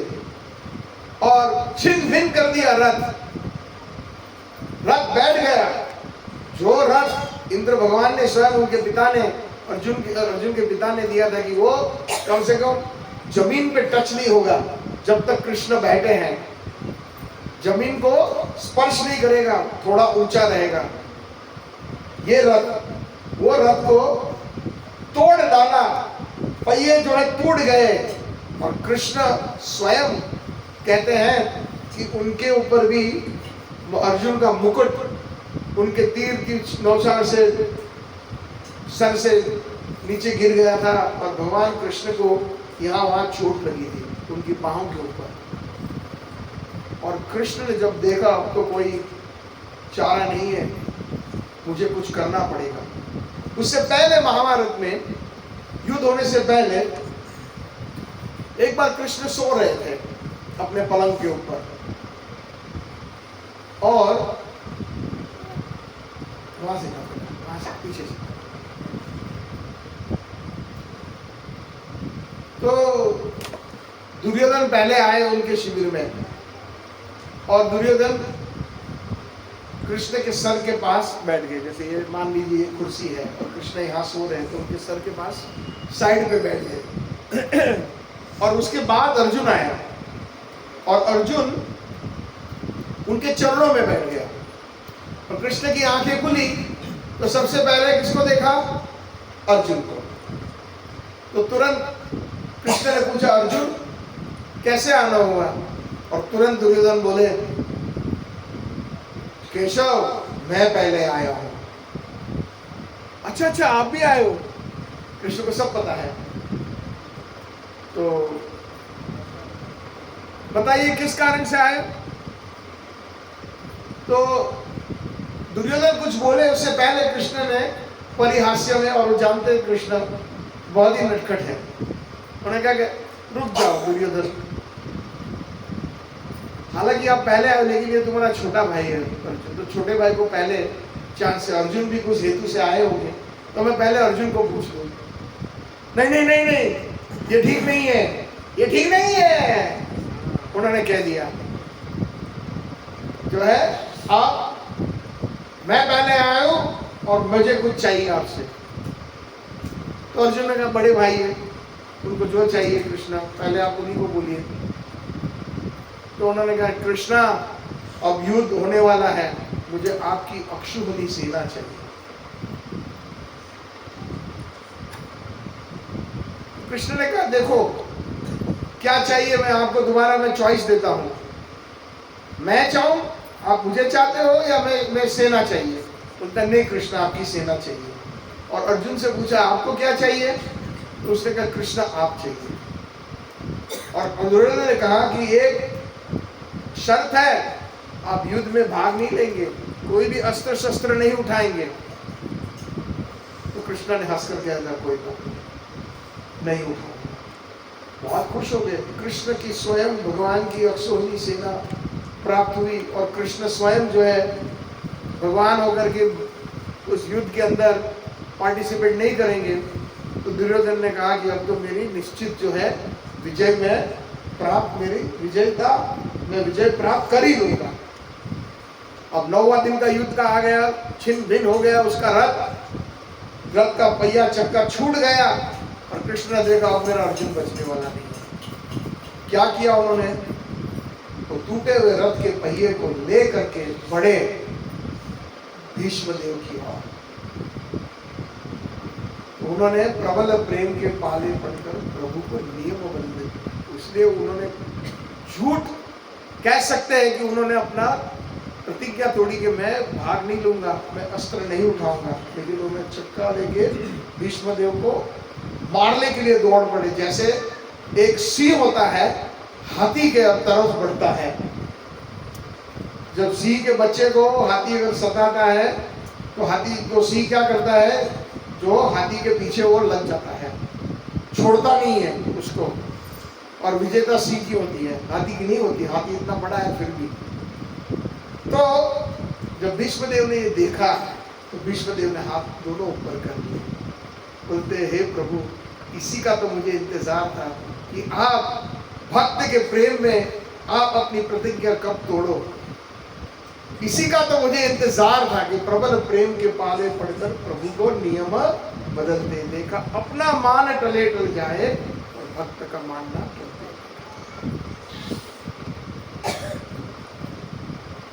इसीलिए भगवान भगवत गीता में कहते हैं प्रतिजानाति कौन्तेय नामे भक्त्या प्रणश्यति। अर्जुन आप घोषणा करो कि मेरा भक्त का कभी विनाश नहीं होगा। तो कोई ये पूछ सकता है कि बार बार भगवत गीता में 90% तो यही 90 क्या 99% जहाँ पर भगवान बोल रहे हैं भगवत गीता तो श्री भगवान उवाच ऐसा आता है, भगवान बोले। तो यहाँ पर वाया क्यों? यदि अभी अगर मुझे पानी का ग्लास चाहिए तो मैं इनको कहूँगा प्रभु आप इनको बोलिए कि पानी का ग्लास ले आए, ऐसे क्यों? डायरेक्ट आपको मैं विनती कर सकता हूँ कि प्यास लगी है पानी दे दीजिए। तो वो उनको क्यों कहा अर्जुन को कि आप घोषणा करो? भगवत गीता के सारे श्लोक तो भगवान ही घोषणा कर रहे हैं, भक्त्या माम अभिजानाति सर्वधर्मान् परित्यज्य माम एकम शरणं व्रज।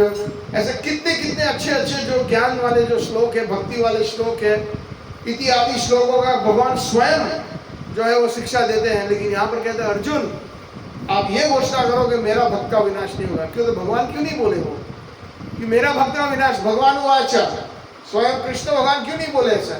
क्योंकि वो जानते हैं कि कभी कभी मैं विवश होकर के मैं जो है कभी कभी मैं झूठ बोल लेता हूँ, लेकिन मेरा भक्त ने अगर कह दिया कि जो कृष्ण का भक्त है वो कभी उसका विनाश नहीं होगा, तो उसका जो सत्य वचन हो जाएगा, वेद वाक्य हो जाएगा, क्योंकि मेरे भक्त ने उसको डिक्लेयर किया है।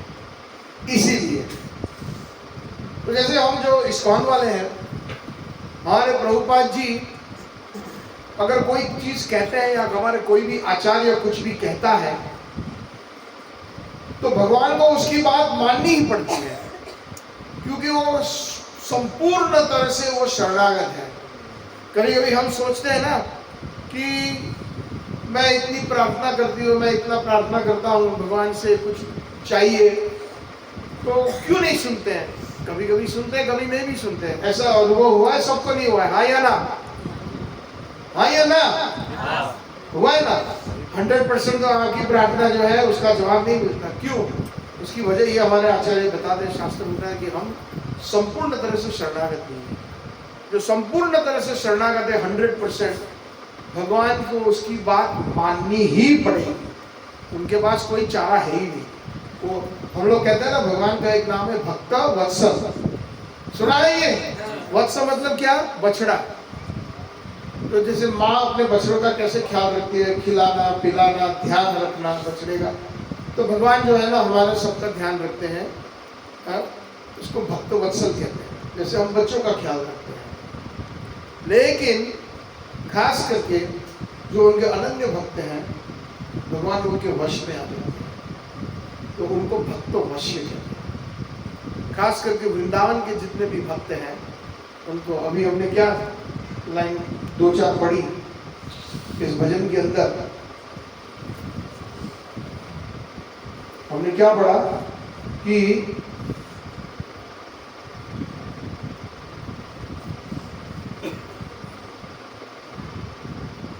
जिसकी केवल कृपा दृष्टि से सकल विश्व को पलते देखा।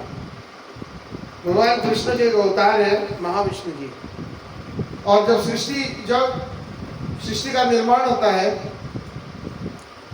तो महाविष्णु महत्तत्व यानी जितने भी हमारे जो 10 जो पदार्थ है, जो जैसे कि जो 5 पंच महाभूत है और 5 जो है दूसरे अन्य, एक्चुअली 8 अष्ट, मन बुद्धि अहंकार और जो भूमि अपन नल वायु, ये सब मिला के 8, उसका एक वेयर हाउस है।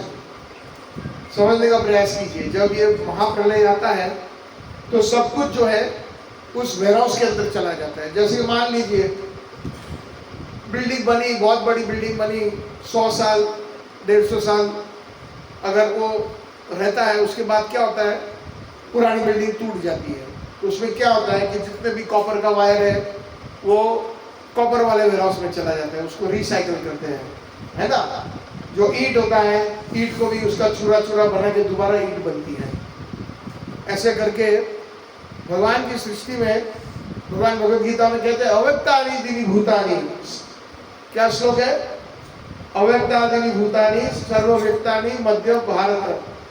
जो भी इस जड़ जगत में है पदार्थ है, सब जो है पहले अव्यक्त होते हैं और फिर सृष्टि जब बन जाती है तो व्यक्त हो जाते हैं। जैसे ये पृथ्वी का बना है, क्या बना है? ये माइक्रोफोन, ये प्लास्टिक जो है केमिकल का बना हुआ है, ये प्लास्टिक का होल्डर। तो केमिकल कहाँ से आता है? पृथ्वी से आता है। पृथ्वी से ये माइक्रोफोन का स्टैंड लोहे का बना है, ये भी पृथ्वी से आया है। ये हमारा शरीर है जो पंच महाभूत है, जिसमें से पृथ्वी हमारे जो है ना 5 जो स्थूल शरीर के अंदर जो पृथ्वी है वो भी पृथ्वी से आई है। तो पृथ्वी से घड़ा आया है, पृथ्वी से बहुत सारी चीजें आई है। तो अव्यक्त होता है पहले, लेकिन बाद में व्यक्त हो जाता है, और जब सब समान हो जाता है फिर दोबारा अव्यक्त हो जाता है। इसको हम साइंस में law of conservation of energy कहते हैं। पढ़ा है? बोलिए क्या है लॉ ऑफ कंजर्वेशन एनर्जी का डेफिनेशन बताइए, जरा ऊंचा बोले, सब लोग सुन ले।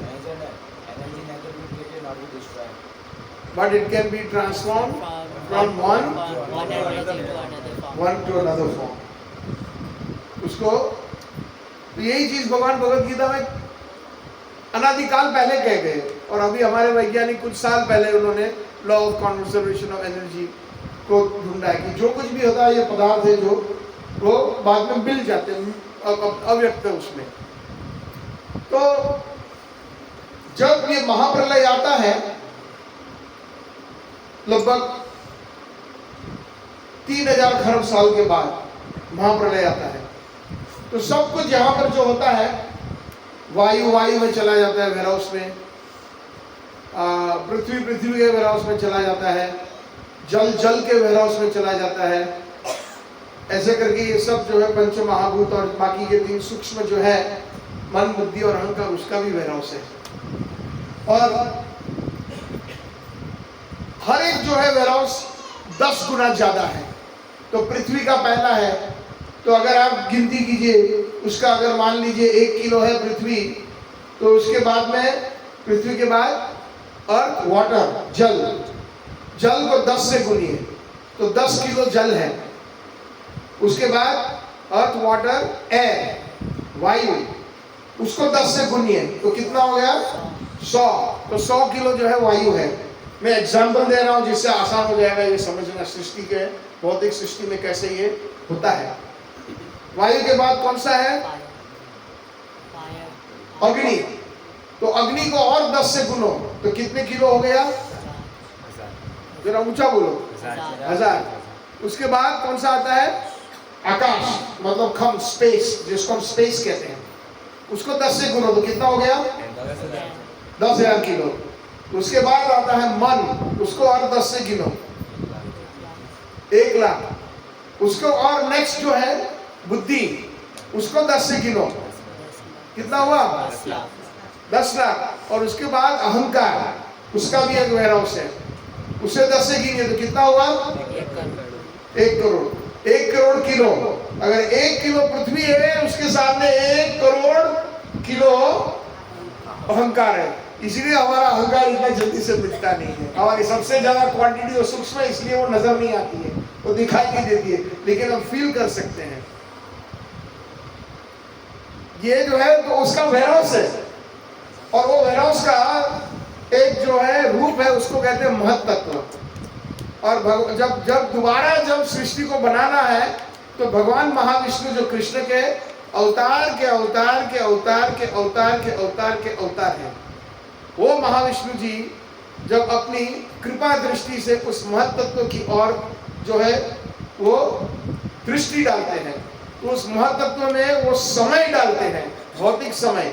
और जितने भी जीव उनके पेट में हैं, पहले महाप्रलय में हुआ तब जाने के सारे जीव उनके पेट में चले जाते हैं। और ये संसार क्या है? एक जेल है, एक जेल है। क्योंकि जेल में क्या होता है? सब फोर्स हो जाता है, आपको खाने पीने का चॉइस नहीं मिलता है। भाई यही सूखी रोटी लेनी पड़े, लेना है तो लो, दाल लेना है तो लो, वरना आगे बढ़ो।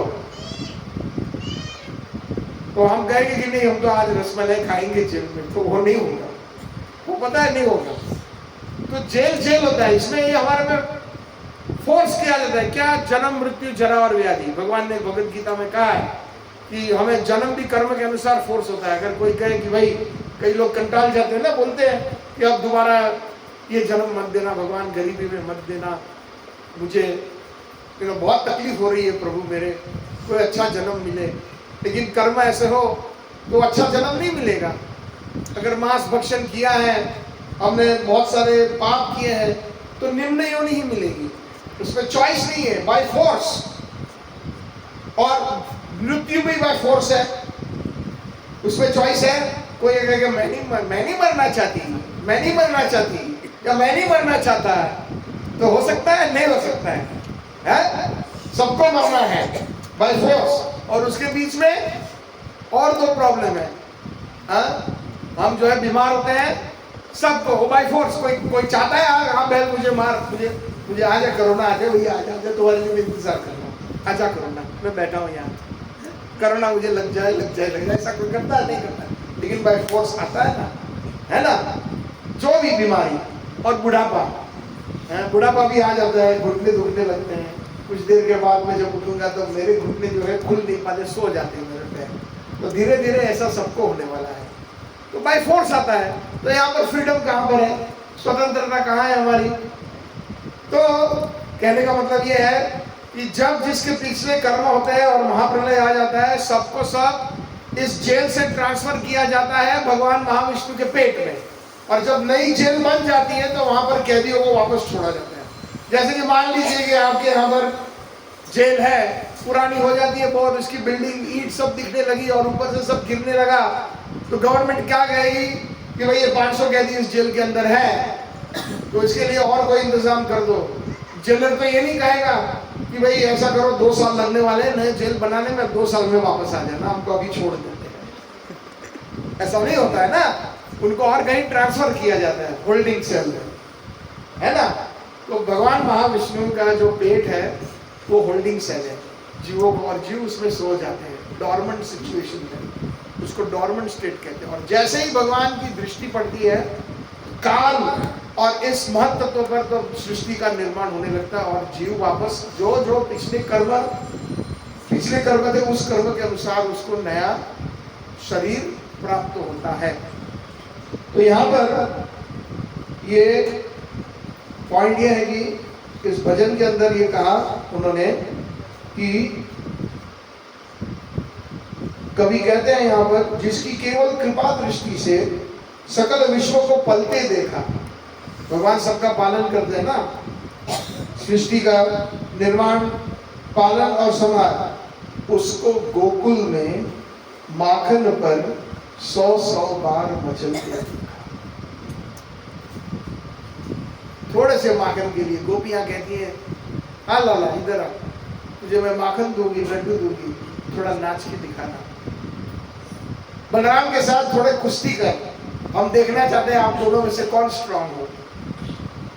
थोड़े से माखन के लिए, ऐसा नहीं कि उनके घर में माखन नहीं है। 9 लाख गाय दान किए थे नंद बाबा ने, और उनका तो वो तो वैश्य है, गौ रक्षण, गौ, तो वही तो उनके पास तो इतना माखन है, फिर भी गोपियों के घर जाते थे क्योंकि गोपियां चाहती थी कि मेरे घर आए लाला और चोरी करें, उनका मनोरंजन करने के लिए, उनकी इच्छा पूर्ण करने के लिए।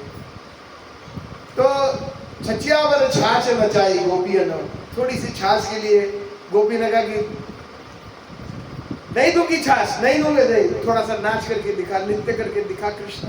तो कृष्ण जो है, इसलिए मैं ये पॉइंट ये था कि भक्त वश्य है, भक्त वत्सल तो है ही भगवान, लेकिन खास करके जो भगवान कृष्ण के अनन्य भक्त हैं, तो भगवान कृष्ण स्वयं जो है पूर्ण पुरुषोत्तम उनके वश में आ जाते हैं। जिसके चरण कमल कमला के करतल से ना निकलते देखा। कमला वाली लक्ष्मी देवी, तो लक्ष्मी देवी का हमेशा उनके जो कर कमल, मतलब उनके जो हाथ हैं, वो कहाँ पर होते हैं, वो कृष्ण की सेवा में, उनके चरण दबाने में।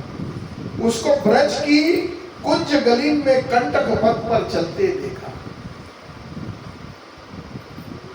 द्वारकाधीश कृष्ण जूते पहनते हैं, मथुरा के राजा कृष्ण जूते पहनते हैं, लेकिन कृष्ण जो व्रज के वो जूते नहीं पहनते। क्यों? क्योंकि गोपी गीत में वो कौन सा श्लोक है, चल सया व्रजा चारया पशु नलिन सुंदरम नाथ ते पदम। आपके इतने सुंदर कोमल चरण है, जैसे किसी कमल जैसे चरण है, तो आप तो लग जाते होंगे कांटे कंकर, आइए आपके चरण की मालिश कर दो। तो कृष्ण इसलिए जानबूझ के किसी रसिक आचार्य को ये बताना है कि वो जूते नहीं पहनते। और दूसरा एक कारण ये भी है कि कृष्ण कहते हैं कि मेरी गैया जूते नहीं पहनती है, तो मैं भी कैसे जूते पहनूं। देखिए, इसको बोलते हैं भक्त वश्य। तो व्रज के अंदर जो है कृष्ण जो है जूते नहीं पहनते। जिनका ध्यान विरंची शंभु सनक आदि से ना संबंध देगा। शंकर भगवान भी अगर जब बैठते हैं तो उनका ध्यान, या 4 कुमार हैं, उनका ध्यान संभल नहीं पाते हैं जब कृष्ण की जो लीलाओं का स्मरण करते हैं। लेकिन उनकी क्या अवस्था है, उनकी क्या अवस्था है, उसको ग्वाल सखा मंडल में लेकर गेंद को उछलते देखा।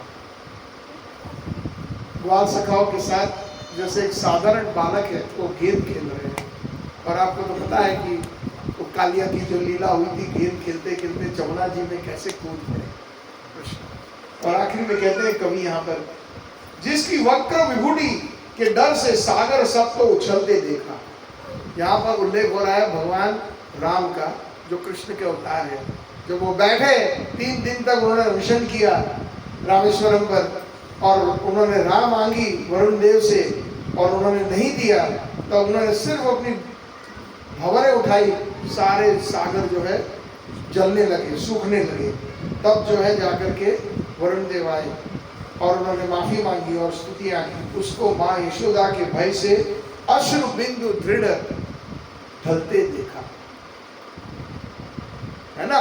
माता यशोदा ने उसको पकड़ लिया, उसने मटकिया फोड़ी घर के अंदर, उखल पे चढ़ करके उखल बंधन रुदंतम मुहुर नेत्र युग्मम मुर्जंतम कराम भोज युग्मेना सातंक नेत्र मुहुसाश कंप त्रिरेखांक कंठ स्थित ग्रह दामोदर भक्ति कंठ। भक्ति से बंध गए। कान्हा, मैंने सुना था कि गोपियां रोज आके फरियाद करती थी कि तू मटकिया फोड़ रहा है, उनके घर में दही दूध चोरी कर रहा है, माखन चोरी। मैंने कभी उनका जो है ध्यान नहीं दिया, क्योंकि हमारे घर में तो उनको बल्कि कहती थी कि हमारे कान्हा को तो सब कुछ मिलता है, हमारे घर में कोई माखन दूध की दही की कमी है क्या। खामो खा मेरे लाले के पीछे पड़ गई है जो जितनी भी गोपियां हैं। ऐसे करके माता यशोदा उनको जो है भगा देती थी गोपियों को। लेकिन आज उन्होंने अपनी आंखों से देखा कि अपने घर में जो कान्हा ने आतंक मचाया, मटकी फोड़ डाली। उस दिन दिवाली का दिन था, उनको जो है बहुत सारी सामग्रियां बनानी थी। और यहाँ पर मान लीजिए कि अगर आपके घर में इतने लोग आ रहे हैं, माता जो है और दाल बना रही है और कुकर की सीटी फट जाए और सारा दाल यहाँ वहाँ फैल गया और अब बचा है आधा घंटा लोगों में आने में, तो क्या हालत होगा, क्या हाल होगा। माता यशोदा का यही हाल था कि एक तो ये इसने पूरी मटकी फोड़ डाली, पूरे जो है रसोई घर में फैल गया जो है पूरा जो है आधा जमाया हुआ दही। अब मुझे उसको साफ करने में कितने घंटे हैं और कुछ अभी कुछ समय है जिसमें इंद्र का यज्ञ होने वाला है और मुझे उत्तरदायित्व दिया है मेरे देवर ने, कुछ सामग्रियां बनानी है और मैं कब बनाऊंगी। तो कान्हा अभी तेरी खैर नहीं है। भागे कान्हा, माता पीछे पीछे दृढ़ में और पकड़ लिया पीछे से। और जब कान्हा को पकड़ लिया तब कान्हा को पूछा क्यों रे। अपने हाथ में छड़ी थी। कान्हा रोने लगे। पहले तो उन्होंने ड्रामा किया, अपने हाथों से अपने अपने अपने आंखों का मार्जन करने लगे, क्योंकि उसमें से मगरमच्छ के आंसू निकले तो माँ जो है अपनी ममता में छोड़ देगी मुझे। लेकिन माँ ने इस बार छोड़ा नहीं, पकड़ के रखा उनको। बोलता क्यों रे कान्हा, चोरी करता है, रोज कंप्लेंट आती है, और आज मैंने देखा तुमने हमारे घर में भी मटकियां फोड़ी और ऊपर से खुद तो नहीं खाए, बंदरों और कौओं को खिलाया। इतना महंगा अच्छा बढ़िया वाला माखन, ये क्या बात है। मैया मैंने चोरी नहीं की। अच्छा चोरी नहीं की तो ये कैसे, एक बात बताओ। तुम्हारे मुख में, माता यशोदा हंसकर बोल रही है, तुम्हारे मुख पे ये सब माखन कहाँ से आया, तुम्हारे कपड़ों पर कहाँ से आया।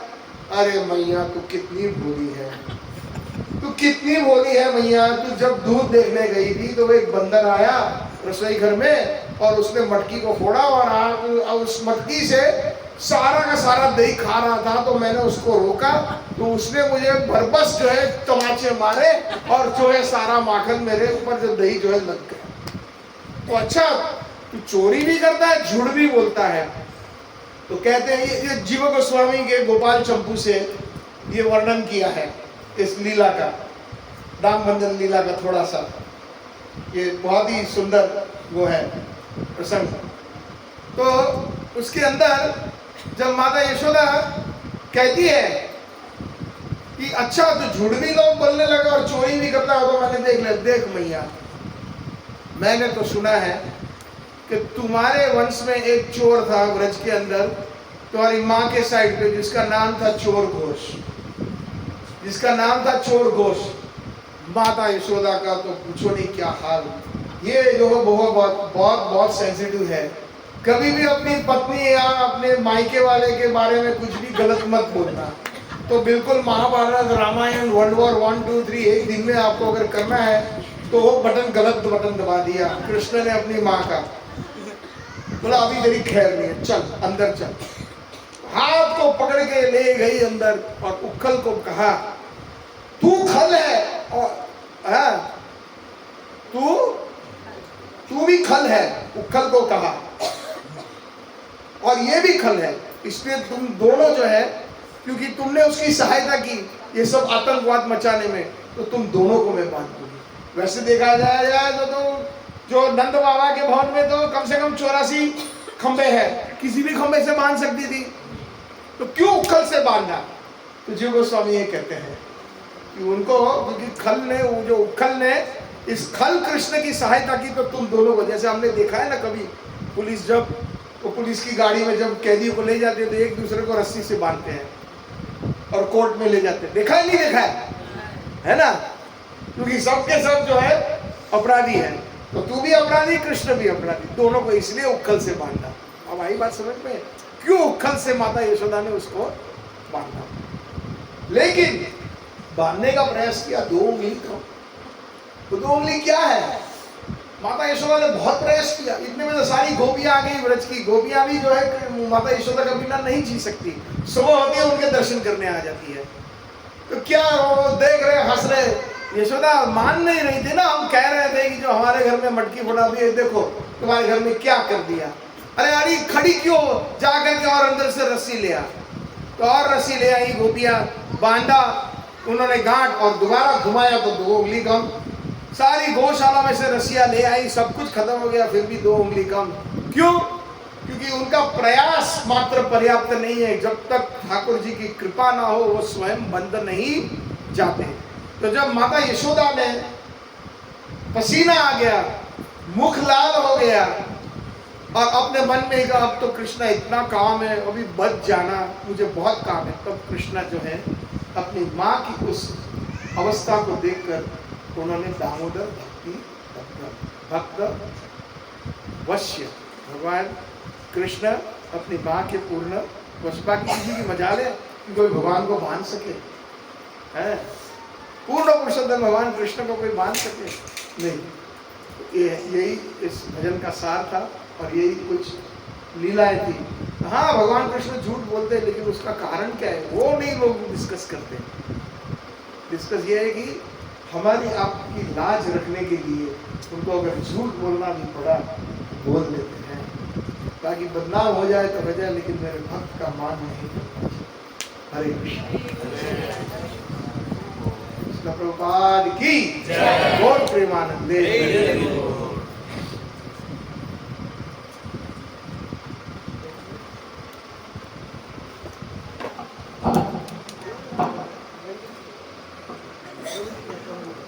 हरे कृष्णा कृष्णा कृष्णा हरे हरे, हरे राम राम राम हरे हरे।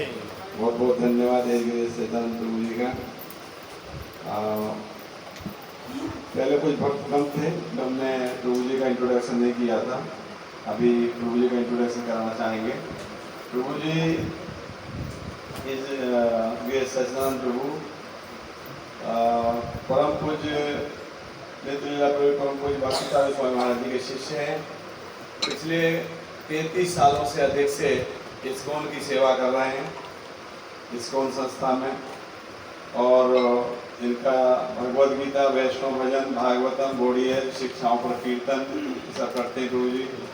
और आध्यात्मिक में स्पिरिचुअल डिस्कोर्स में के लिए विदेश में अनेक जगह पर बुलाए जाते हैं प्रभु जी। अनेक यात्राएं कर रहे हैं, अभी भारत में हैं, जैसे भारत, कनाडा, अमेरिका, रूस, Sweden, Belgium, France, Netherlands, Germany, Switzerland, Mexico, बहुत सारे कंट्रीज में प्रभु जी जाते हैं। अभी 2 दिन बॉम्बे रहेंगे, उसके बाद थाईलैंड जा रहे हैं प्रभु जी। तो इस प्रकार से प्रभुपाद जी की सेवा कर रहे हैं प्रभु जी, सतत कंटिन्यूसली अपना पूरा जीवन समर्पित कर दिए हैं। प्रभु जी जब कथा करते हैं, कथा में एकदम खो जाते हैं। मुझे बड़ा दुख होता है प्रभु जी, कोई कोई मैं इशारा करता हूँ घड़ी की तरफ, प्रभु जी वो भी ध्यान नहीं देते हैं, क्योंकि लोगों का टाइम फिक्स होता है। मगर प्रभु जी जब एकदम कथा में खो जाते हैं ना, बिल्कुल भूल जाते हैं कि क्या समय हो रहा है।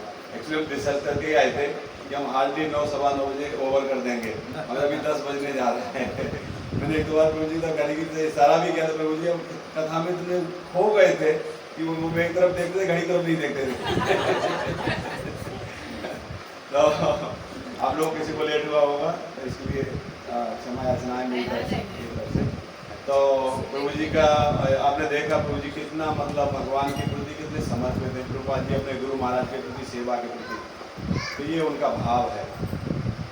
तो हम बहुत बहुत आभार व्यक्त करते हैं प्रभु जी का और धन्यवाद भी देते हैं कि उन्होंने हमको 3 दिन दिए यहाँ पे। 3 दिन से इंडिया में हमारे सिलवासा में हैं हम। तो अभी वो जाएंगे तो और नेक्स्ट टाइम अगले साल भी आएंगे और अगले साल भी आपको वापस कथा सुनने को प्रभु से मिलेगा। तो इनका आभार व्यक्त करते प्रभु जी का। एक बार हरे कृष्ण महामंत्र का उच्चारण करेंगे हम सभी। हरे कृष्णा कृष्णा कृष्णा हरे हरे, हरे राम राम राम हरे हरे। बहुत बहुत धन्यवाद। और एक बार सब भक्तों के लिए महामंत्र किया जाए। हरे कृष्णा कृष्णा कृष्णा हरे